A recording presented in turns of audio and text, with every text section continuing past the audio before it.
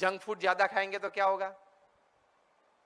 आज ही है ना टाइम्स ऑफ इंडिया में आज पढ़ा, junk food and overexposure to junk food is resulting into infertility in girls. आज ही है, टाइम्स है, प्रूफ है, सर्वे है, सिर्फ थियरी नहीं है, सर्वे है, दैट मीन्स प्रैक्टिकली प्रूव्ड। तो भगवान कृष्ण ने बोला कि जो कम आहार करते हैं, आहार मतलब दो प्रकार के आहार, हा? फिजिकली जो हम खाते हैं और बाहर का जो और आहार जो हमारे इंद्रियों से अंदर आता है, जो हम देखते हैं, जो हम सोचते हैं, जो हम सुनते हैं, वो भी आहार संयम में रखना, वरना that will have effect on your personal life, on your professional life, on your social life also.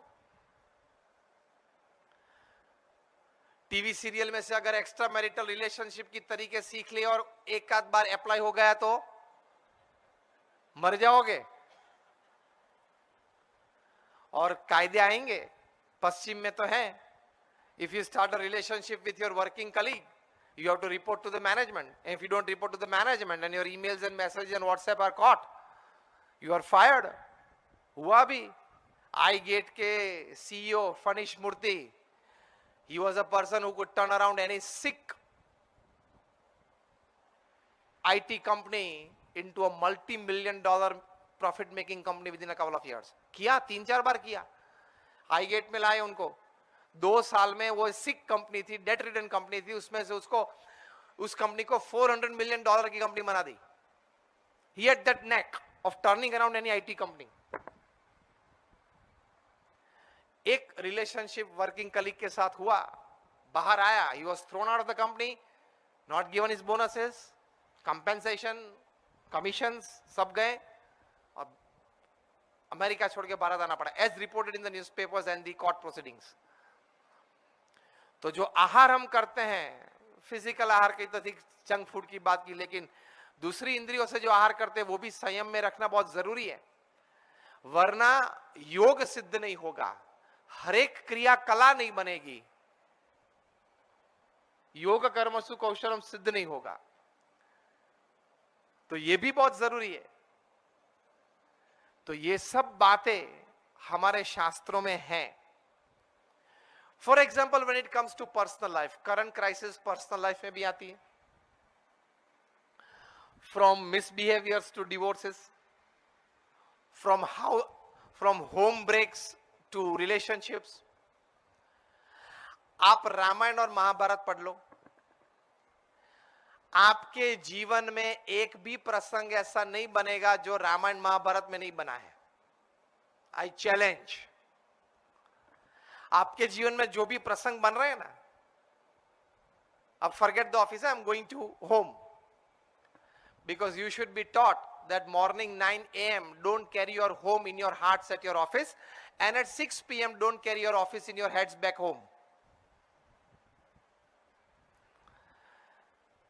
आपके घर में जो भी प्रसंग बन रहे हैं वो सब प्रसंग महाभारत और रामायण में कोई एक जगह पे बने ही है। अगर आपको ये एंशिएंट स्क्रिप्चर्स अच्छी तरह से पता है तो उस वक्त आपको कौन सा रोल, किस प्रकार की विचारधारा और भावना रखनी है वो आपको पता चलेगा। Whether something happening in your house, in that whether you are Ram, whether you are Dasharath, whether you are Kaikeyi और whether you are Manthara, you have to decide. इस 4 में से आप कौन हो ना, ये 4 में से एक तो हो।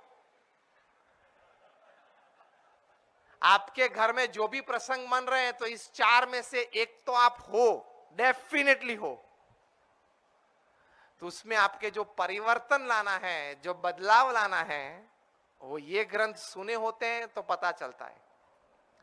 इसमें भी बहुत रिसर्चेस हुई हैं, तो ये बातें हमारे शास्त्र में हैं।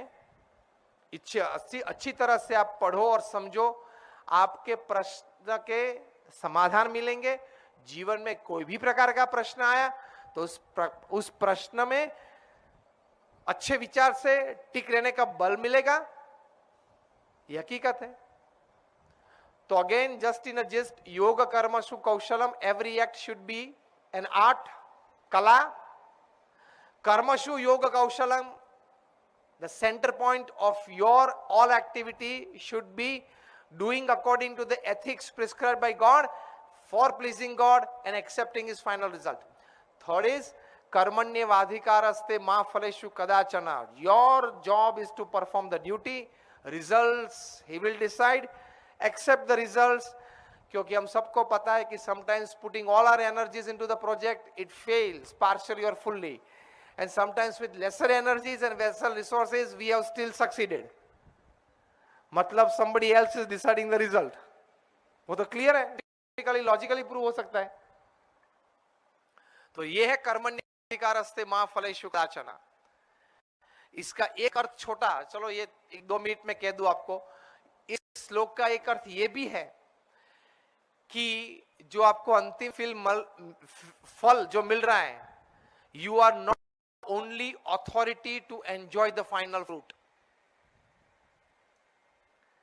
आप आज ऑफिस में पहुंचे तो आपके घर में आपके कुक ने आपको जो चाय बना दी, उसका भी आपके फल में कुछ हिस्सा है ना.